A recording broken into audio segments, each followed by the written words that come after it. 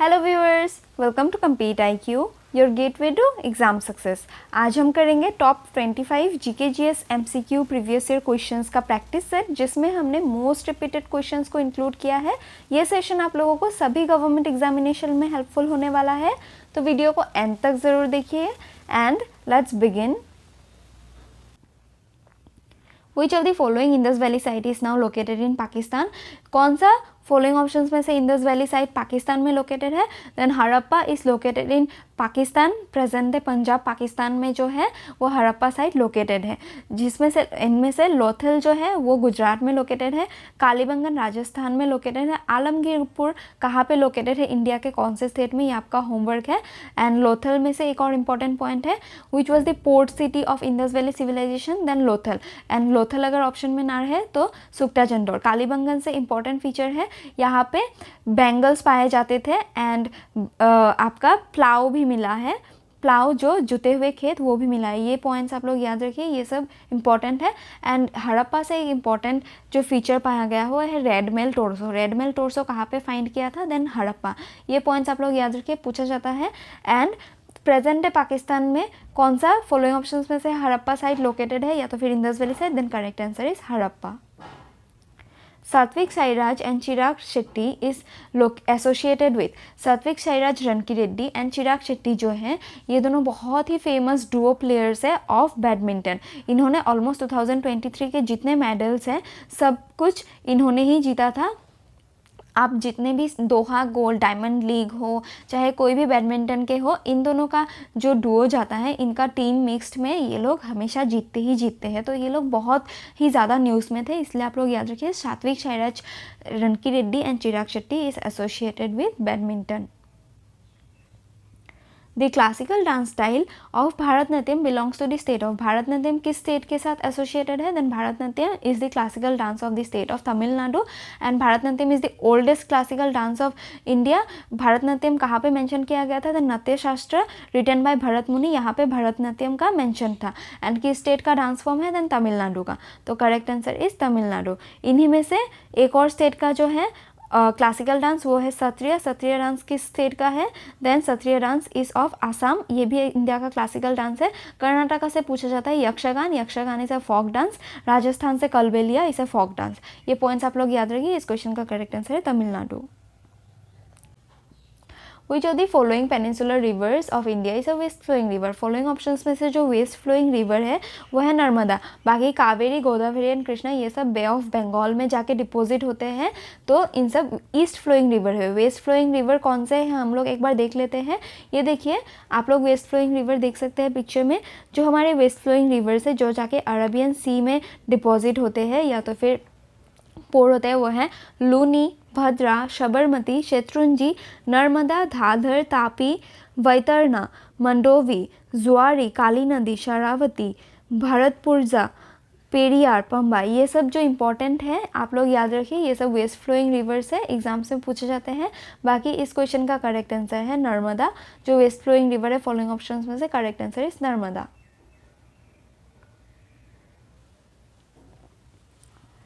Which articles of the Constitution of India deals with Union and its territory? Union and its territory part 1 of Indian constitution में है।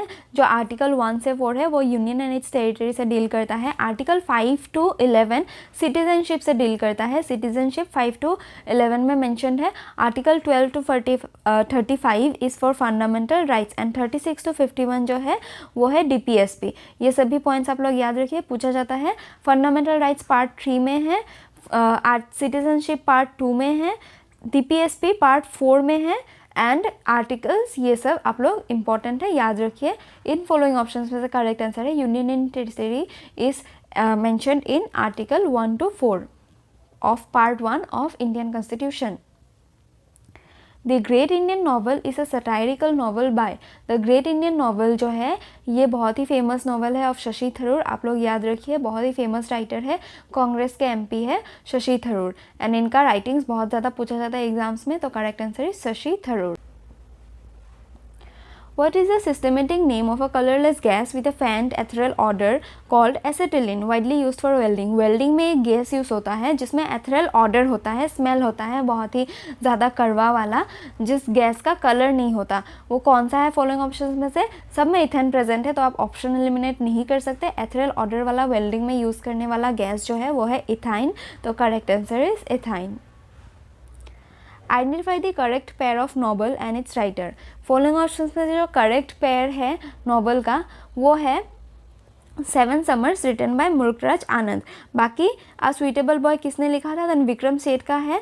The white tiger is written by Aravind Adiga. The inheritance of loss किसका novel है? ये आप लोग comment box में mention कीजिए, आपका होमवर्क है। तो इस क्वेश्चन का करेक्ट आंसर है seven summers written by Mulk Raj Anand. Which of the following statements is true about Great Bath of Indus Valley Civilization? सबसे इंपॉर्टेंट पॉइंट इसमें यह है कि great bath of Indus valley civilisation कहाँ पे लोकेटेड है? देन मोहेंजोदारो में लोकेटेड है great bath of Indus valley civilisation. ऐसा माना जाता है through archaeological findings and inscriptions कि it was most probably used for religious purposes. तो correct answer is it was probably used for religious purposes. ऐसा माना जाता है अब तक के डिसाइफर्स से कि मोस्ट प्रोबेबली शुद्धिकरण किया जाता था। कभी रिलीजियस जो कोई ओकेशन या तो फिर सेरेमनी होने से यहाँ पे आके बर्थ करने से शुद्धिकरण होता था during that time, during Indus valley civilization. And Mohenjodaro currently जहाँ पे ग्रेट बाथ सिचुएटेड है वो कहाँ पे लोकेटेड है? Then Larkana district of Pakistan, present है पंजाब पाकिस्तान जो लोकेटेड है लड़काना डिस्ट्रिक्ट में मोहेंजोदारो सिचुएटेड है जहाँ पे ग्रेट बाथ है। तो इस क्वेश्चन का करेक्ट आंसर है it was probably used for religious purposes. What is the purpose of A savings account? Savings account के कई सारे पर्पस हैं, लेकिन सबसे इंपॉर्टेंट पर्पस जो फॉलोइंग ऑप्शंस में से है वो है earning interest on deposit. Mortgage loan के लिए आप सेविंग्स अकाउंट का यूज़ नहीं कर सकते, उसके लिए दूसरा अकाउंट होता है। डे टू डे ट्रांजैक्शन के लिए बिजनेसमैन करंट अकाउंट का यूज़ करते हैं। ऑनलाइन बिल्स के लिए भी आप लोग सेविंग्स अकाउंट यूज़ कर सकते हैं। Earnings and on deposit earn करने के लिए भी आप लोग सेविंग्स अकाउंट यूज़ कर सकते हैं, लेकिन डे टू डे ट्रांजैक्शन में आपको कोई इंटरेस्ट नहीं मिलेगा। मॉर्गेज लोन में आपको इंटरेस्ट पे करना पड़ेगा। तो इन सबसे अप्रोप्रिएट ऑप्शन जो है अर्निंग इंटरेस्ट ऑन डिपॉजिट। इस तरीके से ऑप्शन एलिमिनेशन से भी आप लोग क्वेश्चन को बना सकते हैं। तो इस क्वेश्चन का करेक्ट आंसर है earning deposit on interest. According to census of India 2011, the female literacy rate was recorded as dash. According to census of India 2011 female literacy rate India में कितना है? देन 65.46% है female literacy rate and around 82% है mail literacy rate. ये दोनों points आप लोग याद रखिए as per census of India 2011। जब तक अगला सेंसस नहीं आता ये सेंसस बहुत ही इंपॉर्टेंट है, इसके क्वेश्चंस एग्जाम्स में बन रहे हैं, तो आप लोग याद रखिए। करेक्ट आंसर है 65.46%। Which of the following crops is most suitable for black soil? Black soil के लिए मोस्ट सुइटेबल क्रॉप जो है वो है कॉटन। कॉटन सबसे ज़्यादा सुइटेबल होता है ब्लैक सॉइल में। And other types of crops which are grown in black soil या तो फिर सुइटेबल है वो है wheat, linseed, millet, tobacco, oil seed, rice, sugar cane. ये सब पॉइंट्स आप लोग याद रखना, सबसे ज़्यादा इंपॉर्टेंट है कॉटन। एंड इसी वजह से ब्लैक सॉइल को कभी कभार कॉटन सॉइल भी रेफर किया जाता है। And important point is black soil is also known as regur soil. ये भी पॉइंट आप लोग याद रखिए। इस क्वेश्चन का करेक्ट आंसर है कॉटन। ये देखिए ये types of soil available in India मैंने मेंशन कर दिया है। ये पॉइंट्स आप लोग देख लीजिएगा एक बार पीडीएफ डाउनलोड करके, जो आपको हमारे टेलीग्राम चैनल में मिलेगा कम्पीट IQ। आपको इस चैनल के डिस्क्रिप्शन में भी मिल जाएगा एंड वीडियो के डिस्क्रिप्शन में भी टेलीग्राम का लिंक मिल जाएगा जहाँ से आप पीडीएफ डाउनलोड कर सकते हैं। तो डाउनलोड करके ये सब आप लोग देख लीजिए, बहुत ही ज़्यादा इंपॉर्टेंट है एग्जाम्स के लिए। Next question is in India Aus, Aman and Boro terms are associated with which crop? Aus, Aman, बोरो ये सब जो है ये सब पैडी के टाइप्स हैं। तो correct answer is paddy. Paddy के टाइप्स चावल दैट इज राइस के जो टाइप्स है, Aus rice, Aman rice, Boro rice, ये सब राइस के टाइप्स है। That is correct answer is paddy. Identify the Indian singer who sang the song ए मेरे वतन के लोगों। ए मेरे वतन के लोगों फर्स्ट टाइम के लिए हमारे first prime minister of India Pandit Jawaharlal Nehru ji के सामने किसने गाया था, या तो फिर ये सॉन्ग किसने गाया है ए मेरे वतन के लोगों?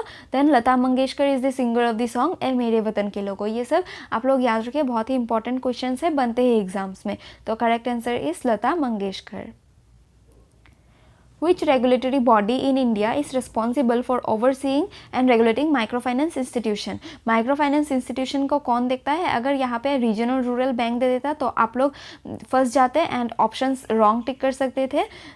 तो इस क्वेश्चन का करेक्ट आंसर है माइक्रो फाइनेंस इंस्टीट्यूशंस को हमारा रेगुलेट करता है रिजर्व बैंक ऑफ इंडिया। आप पिक्चर देख के ही बता सकते थे, रिजर्व बैंक ऑफ इंडिया। इसमें देखिए small industries development bank of India है।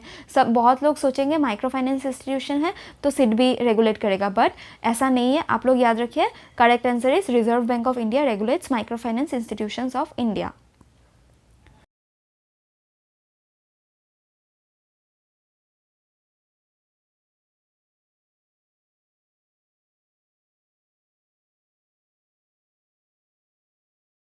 आपके लिए एक क्वेश्चन है, होमवर्क है। Who was the first and last India's independent India's governor? Indian जो थे, इंडियन वाइसरॉय जो थे, first and last Indian viceroy of India after independent कौन थे? ये आप लोग कमेंट बॉक्स में मेंशन कीजिए। एंड इंडिया के इंडिपेंडेंस के टाइम पे जो वाइसरॉय थे वो ब्रिटिश ओरिजिन के थे, लॉर्ड माउंटबेटन। इंडियन ओरिजिन के कौन थे इन द ईयर 1948? ये आप लोग, मैंने हिंट दे दिया, आप लोग कमेंट बॉक्स में मेंशन कीजिए। इस क्वेश्चन का करेक्ट आंसर है Lord Mountbatten. Which of the following is the legislative organ of the union government? Legislative organ कौन सा है यूनियन गवर्नमेंट का? देखिए सबसे पहले हमारा जो ऑर्गन होता है गवर्नमेंट का या तो फिर यूनियन गवर्नमेंट का, 3 पार्ट्स में डिवाइड कर सकते हैं, लेजिस्लेचर, एग्जीक्यूटिव एंड जुडिशियरी। जिसमें लेजिस्लेचर में आता है पार्लियामेंट, तो आप इस क्वेश्चन का करेक्ट आंसर आपको पता चल गया होगा, parliament is the correct answer. Executive में आते हैं गवर्नमेंट, जो प्राइम मिनिस्टर होते हैं, प्रेसिडेंट होते हैं, जो पार्लियामेंट के रूल्स एंड रेगुलेशंस या तो फिर जो भी लॉ ये पास करते हैं उनको एग्जीक्यूट करते हैं। उसके बाद आता है जुडिशरी, जो एग्जीक्यूट किया है एग्जीक्यूटिव बॉडी ने after the laws passed by the legislature, वो अच्छे से एग्जीक्यूशन हो रहा है कि नहीं, वो जुडिशरी देखता है, that is supreme court, high court, ये सब देखता है कि अच्छे से गवर्नमेंट काम कर रहा है कि नहीं। तो ये 3 ऑर्गन्स होते हैं गवर्नमेंट के, एंड तीनों के इक्वल पावर होते हैं, कोई किसी को सबड्यू नहीं करता। इस क्वेश्चन का करेक्ट आंसर है parliament. Which of the following is a reason for obesity? Obesity जिसका मतलब है एक्सेसिव वेट गेन करना, इसका रीज़न क्या है फॉलोइंग ऑप्शंस में से? आप बहुत ज़्यादा पानी पीने से आपका वेट गेन होगा, then it is not the correct option. Protein का लेक होने से वेट गेन नहीं होता है, विटामिन्स नहीं होने से भी वेट गेन या तो फिर ओबेसिटी जो डिसीज़ है वो नहीं होता है। लेकिन अगर आप हाई कैलोरी फूड्स, बहुत ज़्यादा शुगर वाले फूड्स खा लेते हैं, फैट्स वाले फूड्स, तो उसमें एक्सेसिव इंटेक करने से, हद से ज़्यादा खाने से ओबेसिटी हो जाता है, that is excessive weight gain, जिसकी वजह से ये देखिए ये एक प्रॉब्लम है, पेट निकल आना। तो इस क्वेश्चन का करेक्ट आंसर है excessive intake of high calorie foods. Who is the renowned Kathak dancer, student of Pandit Birju Maharaj, and also served as an officer with Indian Account and Audit Services? Indian Audit and Account Services को जिसने सर्व किया है, as well as she is a Kathak dancer and also a student of Pandit Birju Maharaj. कौन है? Following options में से आप option eliminate कर सकते हैं। Sonal Mansingh, she is associated with Odissi dance, Bharatanatyam dance as well as Mohiniattam. Guru Bipin Singh जो है ये मणिपुरी डांस के साथ एसोसिएटेड है। पद्मा सुब्रमण्यम इसे भारतनाट्यम डांसर, जिनको 2024 में पद्म विभूषण भी दिया गया है for her Bharatanatyam dance. And इनमें से एक ही है जो कथक डांस से एसोसिएटेड है, शी इज शोभना नारायण। तो correct answer is Shobhana Narayan. Who moved the resolution proposing that the national flag of India be a horizontal tricolor of saffron, white and dark green in equal colors in equal proportion?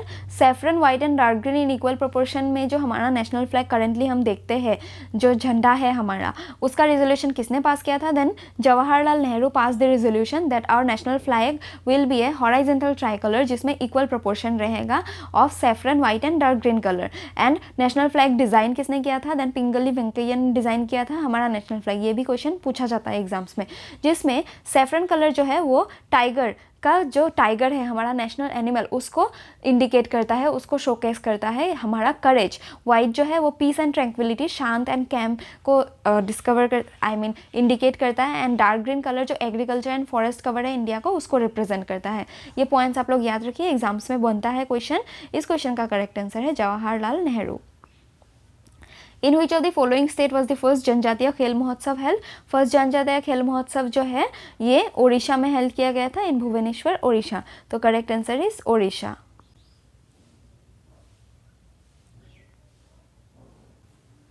With this we conclude our session here. Hope आप लोगों को video पसंद आया होगा, and कोई भी improvement चाहिए then please do comment. And अगर वीडियो आप लोग को अच्छा लगा हो देन लाइक करें, कमेंट करें, शेयर करें, एंड इस चैनल को सब्सक्राइब कर लें। And thank you.